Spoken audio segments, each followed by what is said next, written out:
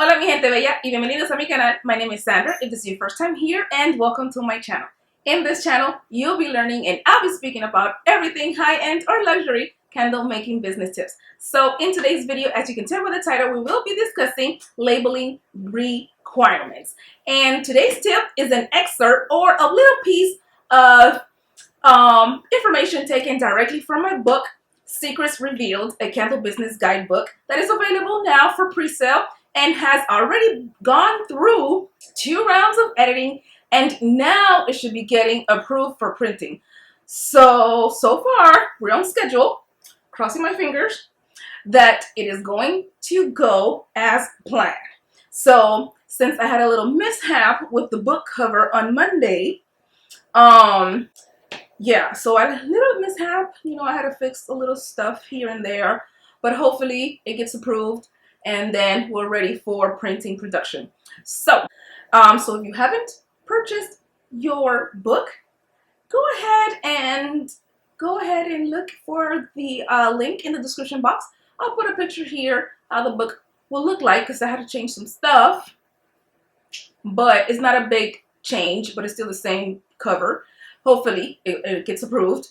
So yeah, so let's get back on track. Anyways, so I was perusing as always through other candle makers Facebook groups, Facebook groups that I am a part of, and I also look at other candle makers websites and social media when they either send me a DM or they comment on my pictures or videos or on their websites. So I came across a post and it was about labeling, and they were asking about labeling requirements and what should they have on their labels and other stuff, right? So that's what inspired this week's video. And I also saw some candles that were missing some essential information. And I also saw another person who said that they weren't feeling safe selling on Etsy. And as I was reading from the comments, it looked like it was due in part because either that person had too much information on their labels or on their website, and it looked as if there were people who were, being a little bit too aggressive towards her and her brand, and taking it very personal and to her home. So that's why I inspired this video. So let's get to it. So according to the Consumer Packaging and Labeling Act that was set in place so that consumers are aware of ingredients that are in the product, and also so that they know the content and net weight of the product. So this allows you, the consumer, to make an informed decision on what you're purchasing. So not having the proper label is a violation of this act, and you can be fined if it's not corrected. So every candle should have a cautionary label or tag listing the 3 key rules for candle fire safety. And no, you do not have to list the ingredients of your candles on your label. And by ingredients, I mean the fragrance oil you use, the wax type you use, the temperature at which you heated your wax, adding your fragrances, the temperature at which you added your fragrances, or the temperature at which you poured your wax onto your container and on your vessels, because those are considered the steps which you took to make the products and not necessarily a consumer awareness report or ingredient. But more on label requirements in a few. And let's first discuss the warning label requirements. So the warning labels should be the little sticker that you put on the bottom of each of your candles. So this right here, and this is a small one, will be the cautionary label that you put on the bottom of your jar. So this should say, warning, must burn within sight, keep away from flammable objects, keep away from children and pets. And then you have the burning instructions. It is trim wick to 1/4 before lighting, keep candle free of any foreign materials, including matches and wick trimmings. Only burn the candle on a level, fire-resistant surface. Do not burn candle for more than 4 hours at a time. Stop use when only 1/4 of wax remains. So this label I got from Candle Science. You could make your own, or you could purchase your labels from a from a candle supplier. So those are the cautionary labels that you should have on your candles, and this is the manufacturer's instructions for burning the candle properly. Those are usually instructions such as trimming your wicks, just like I explained, before each use, or not burning your candle for more than 4 hours, just like I explained. So these rules, so these 3 rules that you should have, or a variation of these 3 rules, should say, keep burning candle within sight, keep out of reach of children and pets, never burn on or near anything that can catch fire. So you must have those 3 key elements on your label. So again, if you purchase your candle warning labels from any candle supplier, then this information is already written on the labels. But if you are making your own labels because you want to make your own, then you must have those 3 information on the label. So the Fair Packaging and Labeling Act, or FPLA, Act enacted in 1967 directs the Federal Trade Commission of the FTC and the Food and Drug Administration, or the FDA, to issue regulations requiring that all consumer commodities be labeled to disclose net contents, the identity of the commodity, and name and place of business of the product's manufacturer, packer, or distributor. So basically what they're trying to let us know as a consumer, or rather as the maker of the product, is that every label on your product should have the net weight in grams and in ounces, the name of the product, so the description of the product, or the description of the product.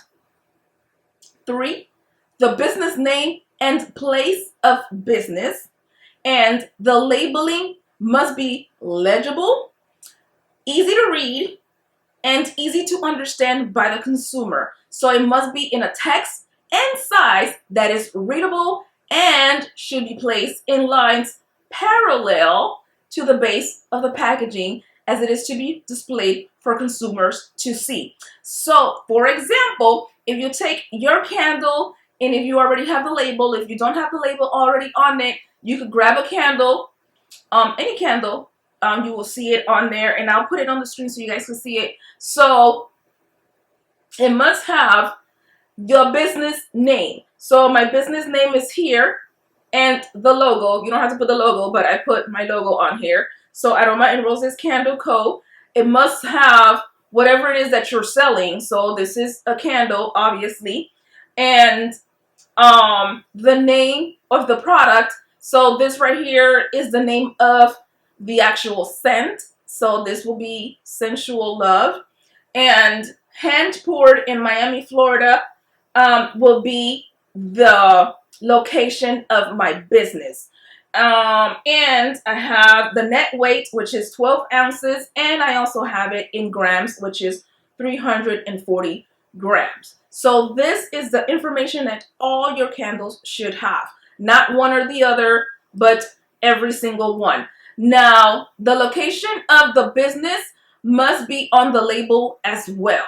So, for example, you're not going to write your entire address on the label unless you do not have a website and or a Etsy shop where you have the actual location of your business. You must have the actual location of your business on your website, or you have to write it on the label itself. So if you have any item at home and you look at the label, oftentimes you will see the actual complete address of the location in which the product was made, or you will see the location, city, and state of where the product was made. So if you do have a website and you do have your information on your website, then you don't have to put your address on the labels. Now, on my website, I do not have my home address,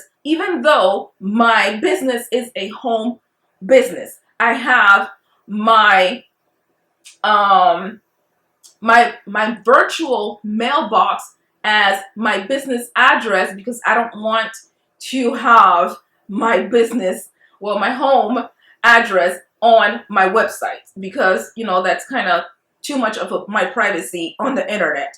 So this is why I encourage you to have a mailbox, a virtual mailbox, either from UPS, USPS, I don't know about FedEx if they have one, or any other website that you could Google to get a virtual mailbox so that you will have a location in which you could put it on your website because you need to have that on your website or on your candles. So that's what you should have in order to be in compliance with the FTC according to your address on your label.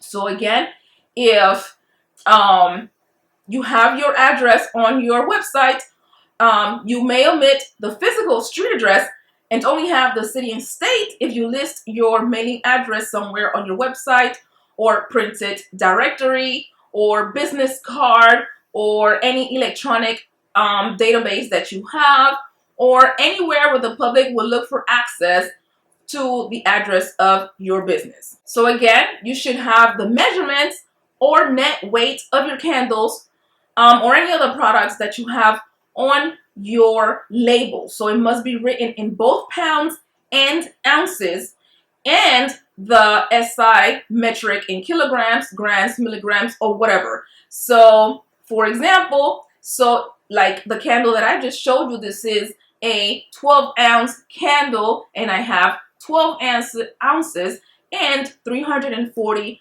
grams as well. So you have to have both ounces and grams or whatever other metric you want to use, either kilograms or milligrams or whatever else you want to use, but it has to be in both ounces and whatever else. So it should be ounces and grams to make it easier.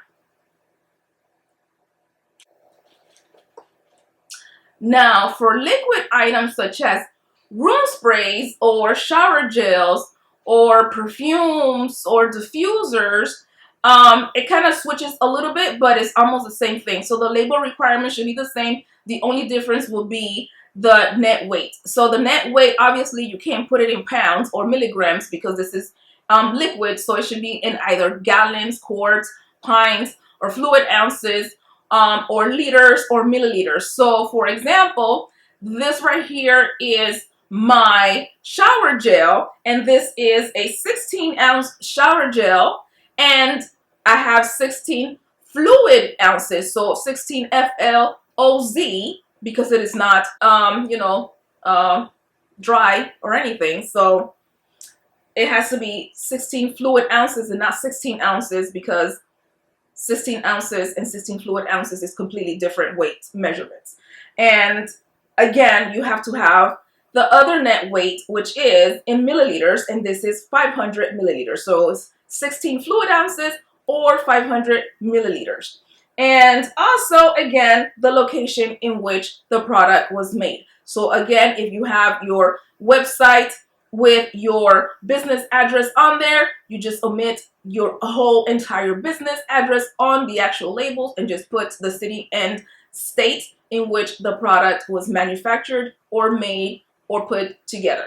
So now for the shower gel, you must on the back have the actual ingredients to your product. So whatever you use to make this product, you must have the actual ingredients labeled on the actual packaging, because it is a product that somebody will consume. Well, not consume as in eating, but consume as in putting it on their bodies, just in case if they are allergic to this product, then you want to make that clear about what it is that you are providing to that customer. So this is an exception. So you must have the actual ingredient to your liquids and also dry materials such as bath salts. So if you are selling or soaps, so anything that anybody is consuming and applying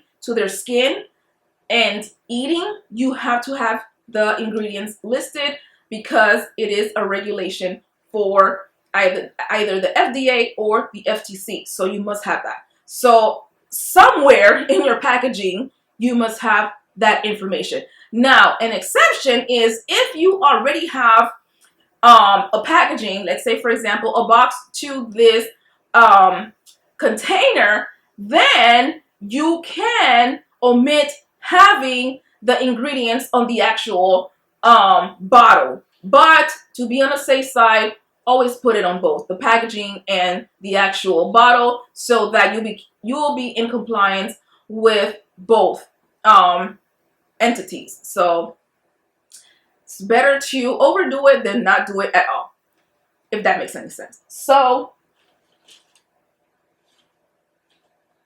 like this product right here, I have the ingredients and all that good stuff on the actual box itself, on the bottom, the ingredients and everything that was used to make this beard oil, because the labeling would have been super small on the actual packaging, and not the packaging but on the actual bottle, so people wouldn't be able to read all of that. So I put it on the actual packaging itself, because it would have been too small for someone to read, and it has to be legible, and it has to be something that someone could read on the actual product itself or on the packaging. So there are packaging, or there are other products that are very, very small. Like for example, if you're giving a free product, for the free product, it'll be nice if you could put the ingredients in which you use to give it to that person. If it is something that they're going to put topically, or if they're going to ingest, you have to put that information on there. But if it is something that they won't be able to read, then make sure that you have it on an actual note card or a business card and put it in for your free sample. So for this one, it's on the packaging itself, because it would have been too small for someone to read if I would have put it on the actual product. So let's move on to bath salts. And I do have bath salts. So again, everything is exactly the same. The product name, your business name, your city and state if you don't have your address on your website, and the net weight in both ounces and grams, as well as on the back, the labeling, which will be your ingredients. So that must be on the back, again, because someone is going to consume this, not eat it, but use it topically. So you must have the ingredients on the back. You don't do it for your candles, because obviously your candles are not being applied to the skin, and it's not being something that you are going to drink or eat. So that's why it is not required for you to have the ingredients of your candles on the labels. So if you are selling massage candles, then that's a different story. Then you have to put it on there, because somebody's actually putting it on their skin, and you want to make sure that they don't have any allergic reaction to your product. So make sure that if you are selling massage candles, then go ahead and put it on the actual candle labeling itself.